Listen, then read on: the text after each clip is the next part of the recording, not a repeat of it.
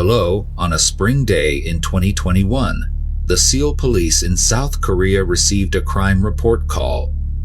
The caller informed them that a friend of theirs had been missing for several days, and there was no response when knocking on their door. When the police initiated an investigation, a shocking case gradually came to light. The story took place in the capital, Seoul, South Korea. In the northeastern part of Seoul is the No-Gun District, adjacent to the Gyeonggi province. This area consists of many residential neighborhoods with a dense population. The main character of the story is Jae Rang, born in 1996. She grew up without her father's love from a young age, relying on her mother and younger sister in the No-Gun District of Seoul. Her sister is currently a university student who often has to attend classes. As the eldest, Jae Rang had to bear part of the living expenses for her sister. She was working at a veterinary hospital. Due to her attractive appearance and lively, open personality, she was loved by her friends and colleagues. Like any other 25-year-old girl, Hongdae Rang led a normal life, enjoying shopping, gathering for meals, and singing karaoke with friends. She frequently shared beautiful moments of her life on social media. Additionally, Jae Rang loved playing online games, especially League of Legends, a team game that requires close coordination among many players. In November 2020, while playing League of Legends, Jae Rang met a male friend with the nickname Hyopai Jack, whose real name is Tae-Hyun. Tae-Hyun was born in Busan and is the same age as Jae Rang. His family consisted of 4 members, and he was the eldest son. The family atmosphere was not harmonious, with his parents frequently arguing. Shortly after giving birth to their second child, his mother divorced his father. Afterward, Tae-Hyun moved with his relatives to Gangnam District in Seoul. This is the Gangnam District made famous by PS song Gangnam Style. Located south of the Han River, Gangnam is a bustling commercial area in Seoul, home to many high-end and luxury stores and services. Due to difficult family circumstances, Tae-Hyun could only live in a cheap basement room. He spent his school years there and graduated from a high school affiliated with Dankook University. He did not continue his higher education afterward. Tae-Hyun loved playing Game of Life, which led him to find a part-time job at a net cafe. At the age of 20, Tae-Hyun began his military service. A few years later, he was discharged with the rank of sergeant. After leaving the military, Tae-Hyun still had no stable job. He once found work at a restaurant, but after one day of feeling too exhausted, he quit. On most days, Tae-Hyun would go to the netcafe to play games to pass the time. In November 2020, while playing League of Legends, Tae-Hyun was randomly teamed up with Jae Rang. They played well together and formed a bond, leading to more communication within the game. From then on, Tae-Hyun developed one-sided feelings for Jae Rang. He would frequently log onto the game, waiting for her to appear. After getting to know each other better, both discovered they lived in Seoul and exchanged phone numbers, starting to talk outside of the game. 2 months after meeting, Tae-Hyun arranged to meet Jae Rang in real life. Their meeting point was the net cafe they usually frequented. The first meeting went quite well, and both left with good impressions of each other. In mid-January, Kim Tae-Hyun invited Jae Rang out again. However, this time she did not come alone but with a male friend and 4 female friends. This made Kim Tae-Hyun feel very uncomfortable. Throughout the meetup, he remained silent, did not participate in any conversations, making the atmosphere very tense. However, as the saying goes, if you're not embarrassed, someone else will be. Jae Rang felt very awkward. She tried multiple times to ease the tense atmosphere, but it was ineffective. Kim Tae-Hyun remained displeased and even argued with the male friend she brought along. It wasn't until others intervened that they stopped. The meeting ended in frustration and displeasure. After returning home, Rang felt very angry. She texted Kim Tae-Hyun to clearly state that she would no longer contact him and blocked him. However, Rang could not have known that meeting this man would be the greatest tragedy of her life. Let's go back to March 25, 2021 to uncover the details of the incident. March 25, 2021 was a Thursday. At 8 p.m., at the No-Won police station, No-Won received a crime report call. The caller was a friend of Rang. They informed the police that they had been unable to contact Rang for several days. According to her friends, Rang had plans to go out with a group of friends 2 days earlier, on March 23, 2021. However, she did not appear at the appointed time.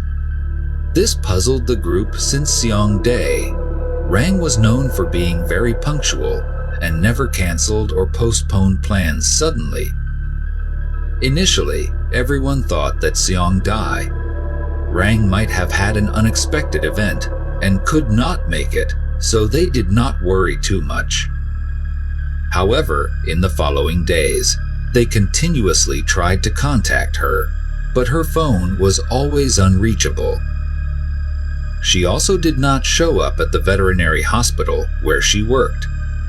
Concerned for her safety, the group of friends went to an apartment complex in No-Won district where Song-Dae Rang lived.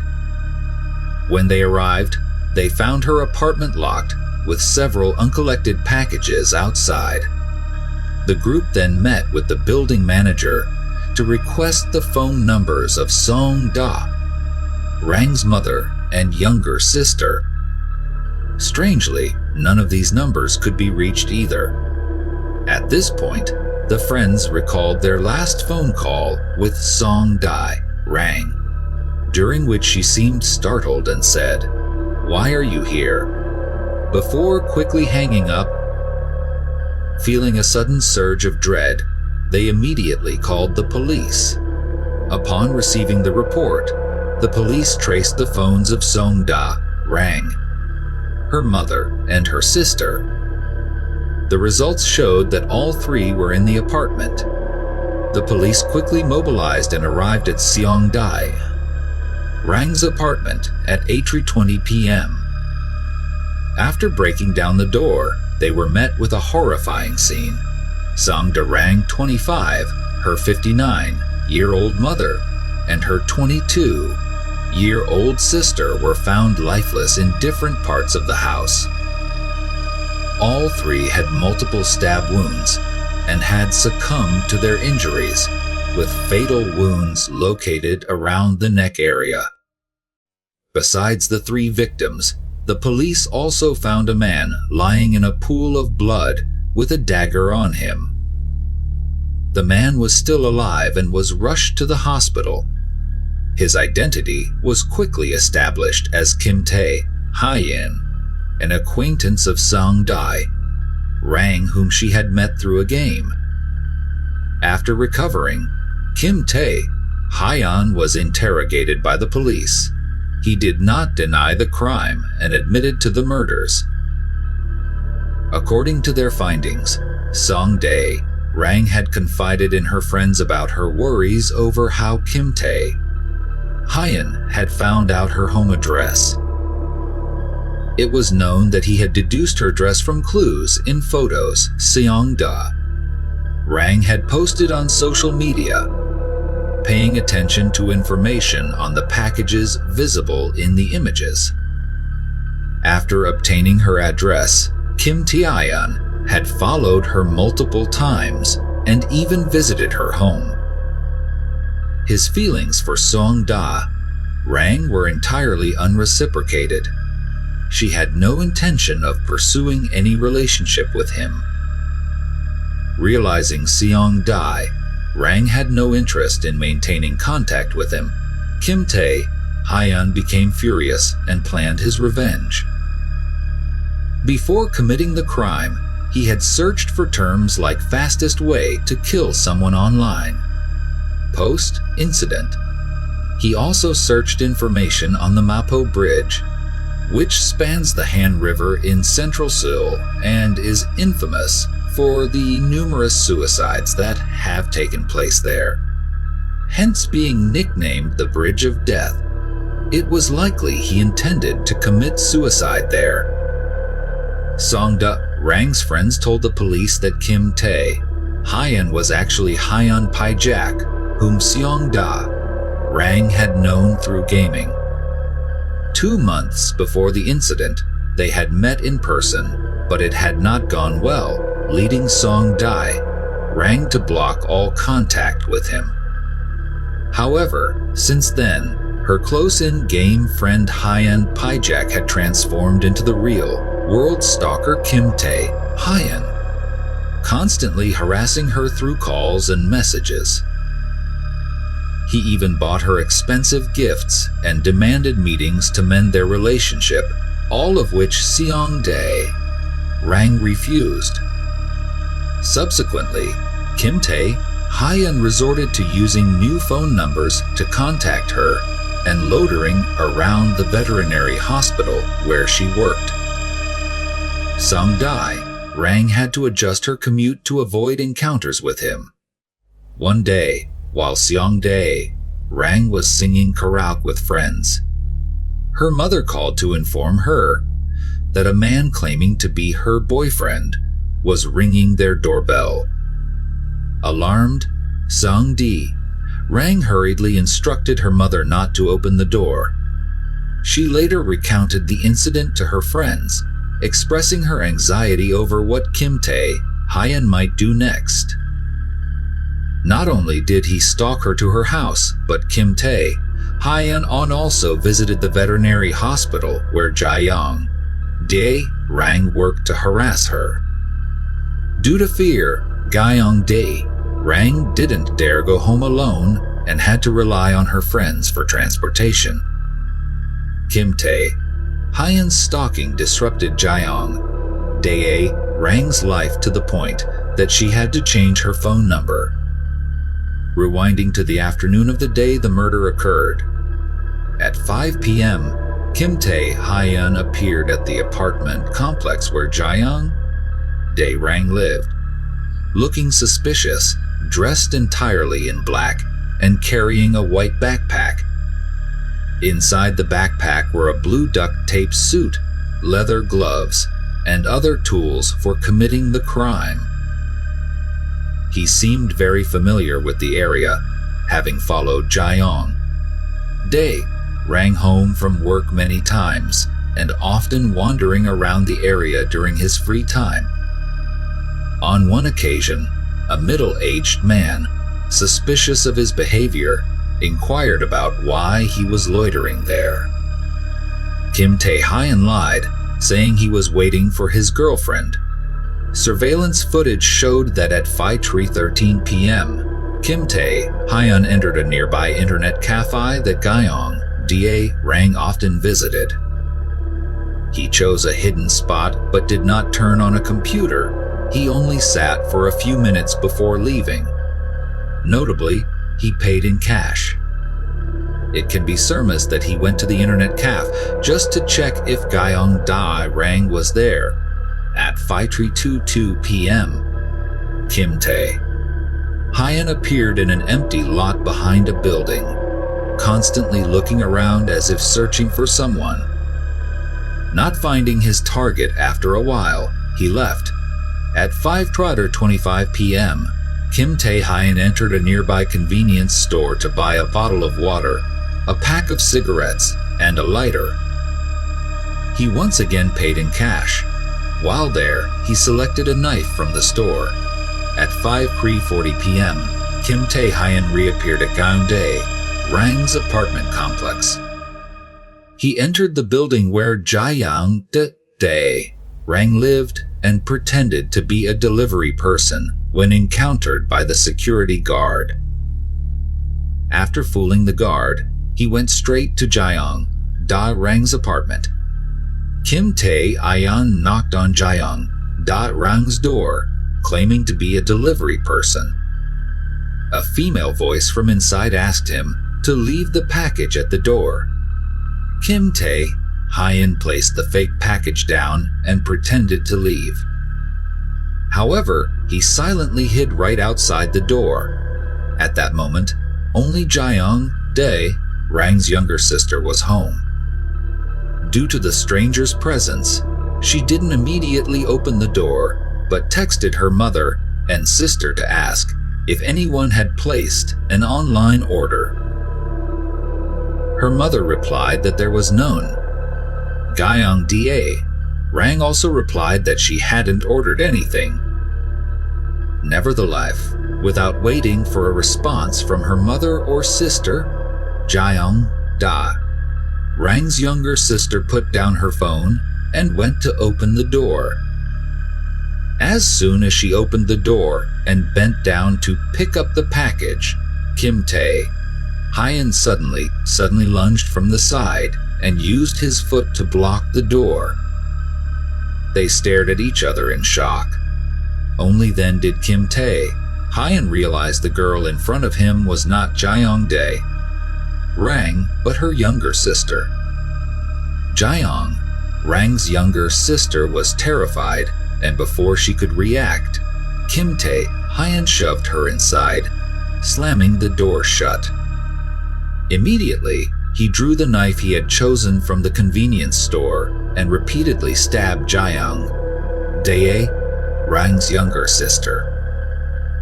She collapsed and died on the spot. After murdering Jae-young Rang's younger sister, Kim Tae-Hyun carried her body to the bedroom, laid it on the bed, and covered it with a blanket. He didn't flee, but instead rummaged through the house, looking for money before hiding in a room. Earlier, Jae-young Rang's younger sister had managed to text her mother about the package.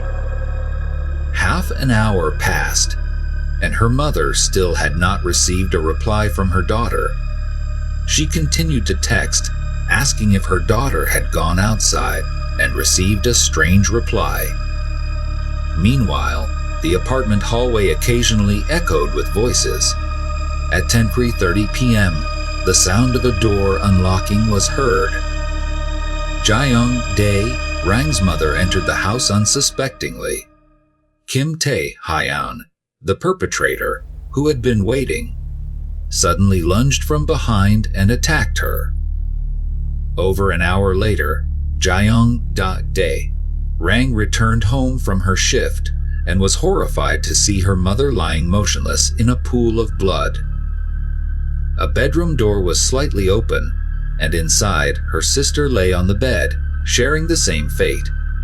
Witnessing the horrifying scene, Jae-young Rang collapsed, embracing her mother's body and wailing in despair. At that moment, Kim Tae-Hyun stepped out of the shadows, pulled Jae-young Rang to her feet, and stabbed her. Jae-young Rang couldn't escape and collapsed. After killing Jae-young Rang's entire family, Kim Tae-Hyun did not flee. He attempted suicide using the knife, but failed due to excessive blood loss and fainted. However, he did not die. After regaining consciousness due to thirst, Kim Tae-Hyun found beer and milk in the fridge and drank them. He then continued to stab himself multiple times. However, he purposefully avoided vital organs and survived. Then, he took out the set of clothes he had prepared in his backpack and changed out of the blood-soaked outfit.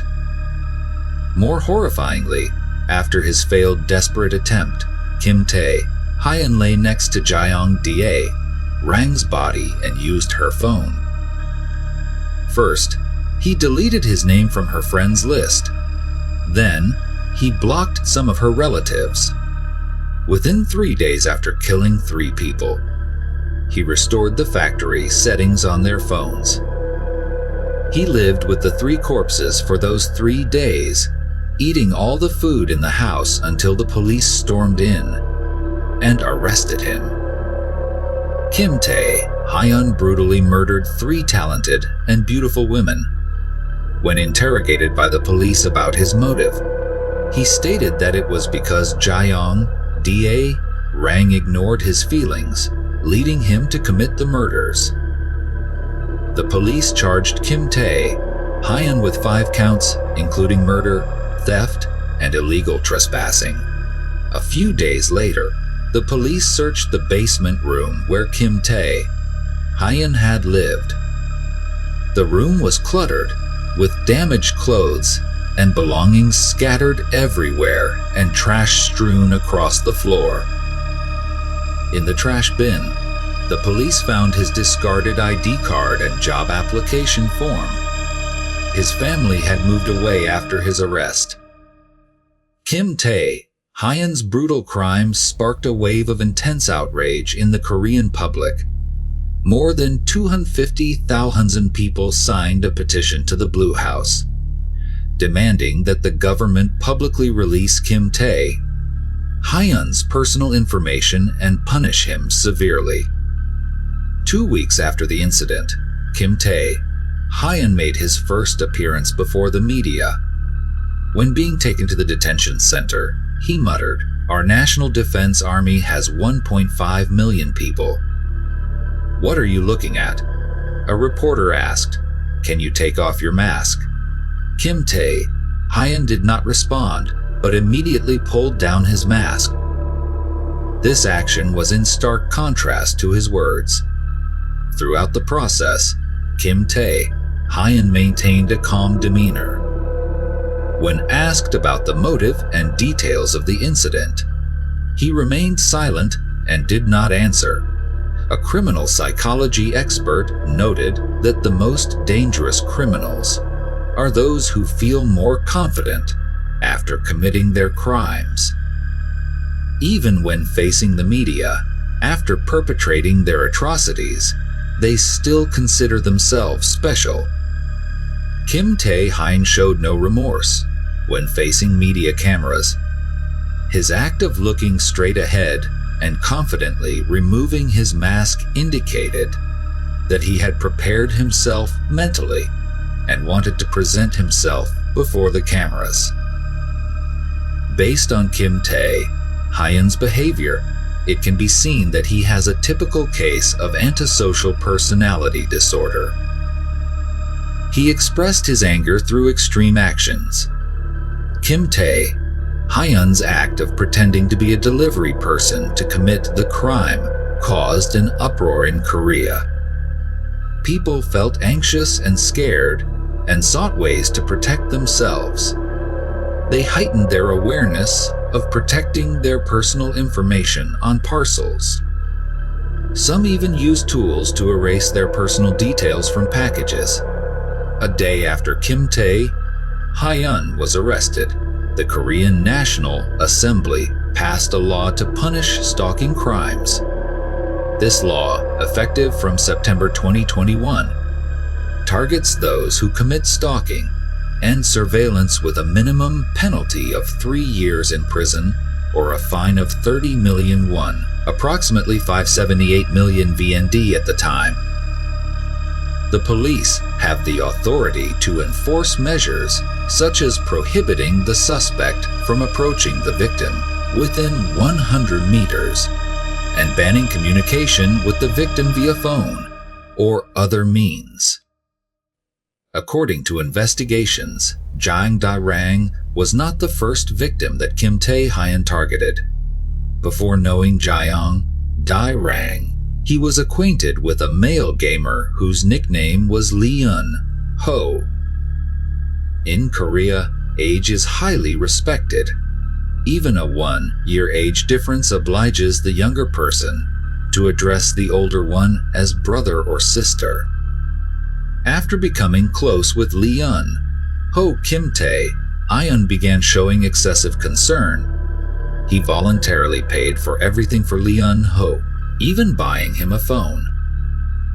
Kim Tae-Hyun insinuated himself into Leon Ho's life to the point of picking him up from school daily. Feeling suffocated, Leon Ho tried to distance himself from Kim Tae-Hyun by declining invites. However, one day at an internet cafe, Kim Tae-Hyun encountered Leon Ho.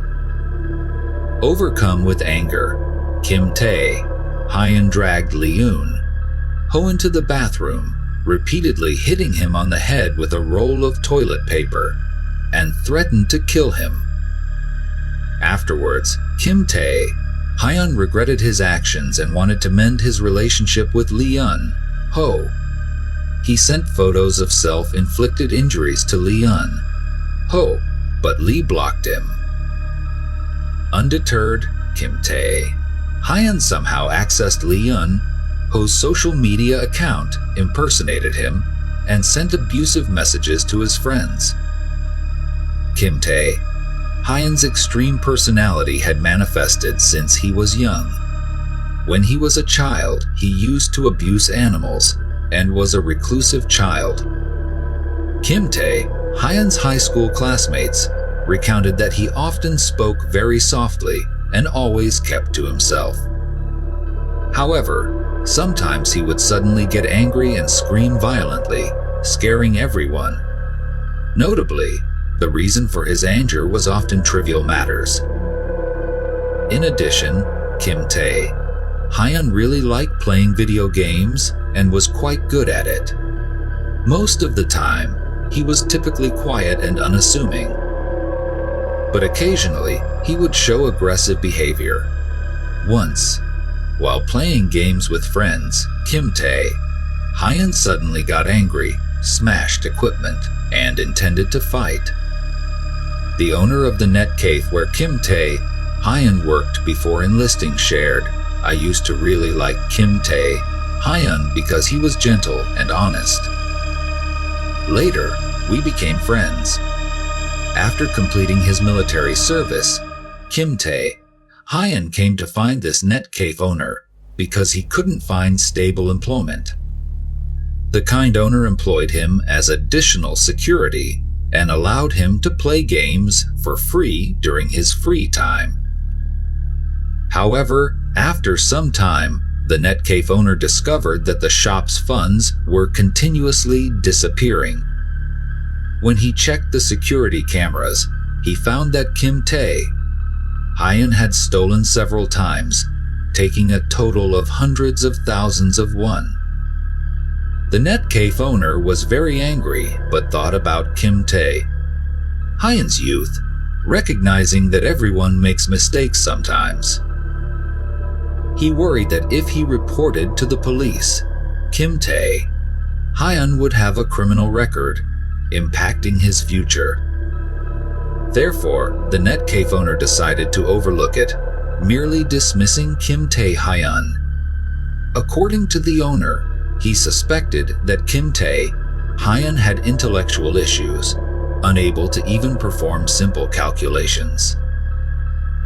Furthermore, during Kim Tae-Hyun's time working at the net cafe, the owner often witnessed his outbursts. When angry, Kim Tae-Hyun would destroy furniture and walls to the point of injuring his hands. These outbursts occurred quite frequently, about 1 to 2 times a month. Besides his violent behavior, Kim Tae-Hyun also had tendencies to commit sexual crimes. After leaving the military, he was fined 2 million won, approximately 36.6 million VND at current rates, for breaking into a women's restroom to secretly film. A year later, Kim Tae-Hyun was again fined 2 million won for sending nude photos to a high school girl. Thus, within just 2 years, he was involved in sexual crimes twice and faced administrative penalties both times. However, very few people around him knew that he was a sex offender. After Kim Tae-Hyun was arrested, the police inspected his phone and found that he frequently accessed pornographic websites. Moreover, in 2015, at the age of 18, Kim Tae-Hyun was fined 3 million won for insulting others in public. On June 1, 2021, the trial of Kim Tae-Hyun took place at the Central District Court of Seoul. The case garnered significant attention from the entire Korean society. At the trial, Kim Tae-Hyun confessed that he did not intend to kill Jae-dae, Jang's sister and mother. Their deaths were accidents. However, evidence provided by the victim's family showed that after killing the first victim, Kim Tae-Hyun used the victim's phone to text her mother. This behavior completely contradicted Kim Tae-Hyun's testimony. The deaths of the other 2 victims were evidently deliberate acts of murder as well. 4 months later, the Central District Court of Seoul delivered its final verdict. Defendant Kim Tae-Hyun was sentenced to life imprisonment for 5 charges with no chance of pardon. Kim Tae-Hyun then appealed, claiming the sentence was too severe. 6 months later, the Seoul Supreme Court dismissed the appeal, upholding the original sentence. The victim's family expressed dissatisfaction with the court's decision. They believed that Kim Tae-Hyun deserved the death sentence. Although the death penalty still exists in South Korean law, it has not been practically applied for many years. Kim Tae-Hyun is a typical antisocial personality criminal, sensitive, suspicious, and having social communication barriers.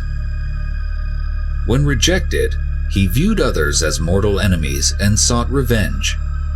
Maintaining contact with such individuals entails substantial risks, even risks to one's life. The victim, Jae-dae Jang, recognized the abnormal signs and actively severed contact with Kim Tae-Hyun. However, despite her caution, she could not foresee his brutal actions. Tragically, it wasn't just Jae-dae Jang but also her innocent mother and sister who met the same grim fate. The perpetrator Kim Tae-Hyun ultimately had to pay for his heinous crimes. He will spend the rest of his life behind prison bars. The horrifying murder case caused by Kim Tae-Hyun has come to a close, leaving an indelible trauma in the hearts of the Korean people. The tragic death of Jae-dae Jang serves as a dire warning for everyone, especially young women, about the danger of stalking, harassment, and violence. This incident has sounded the alarm about the numerous inadequacies in the laws aimed at preventing stalking crimes in South Korea. Following this case, public opinion has strongly called on the government to amend the laws, enforce stricter penalties on stalkers, and simultaneously enhance propaganda and education efforts to raise public awareness on this issue. For the victim's family, the pain of losing a loved one lingers, and nothing can compensate for that loss. They still await justice to be served, the perpetrator to face appropriate punishment for the heinous crime he committed. No matter what, Jung Dae Gang, her mother, and her sister will never come back. This tragic story serves as a reminder to all of us about the fragility of life and the importance of protecting ourselves and our loved ones from potential dangers in society.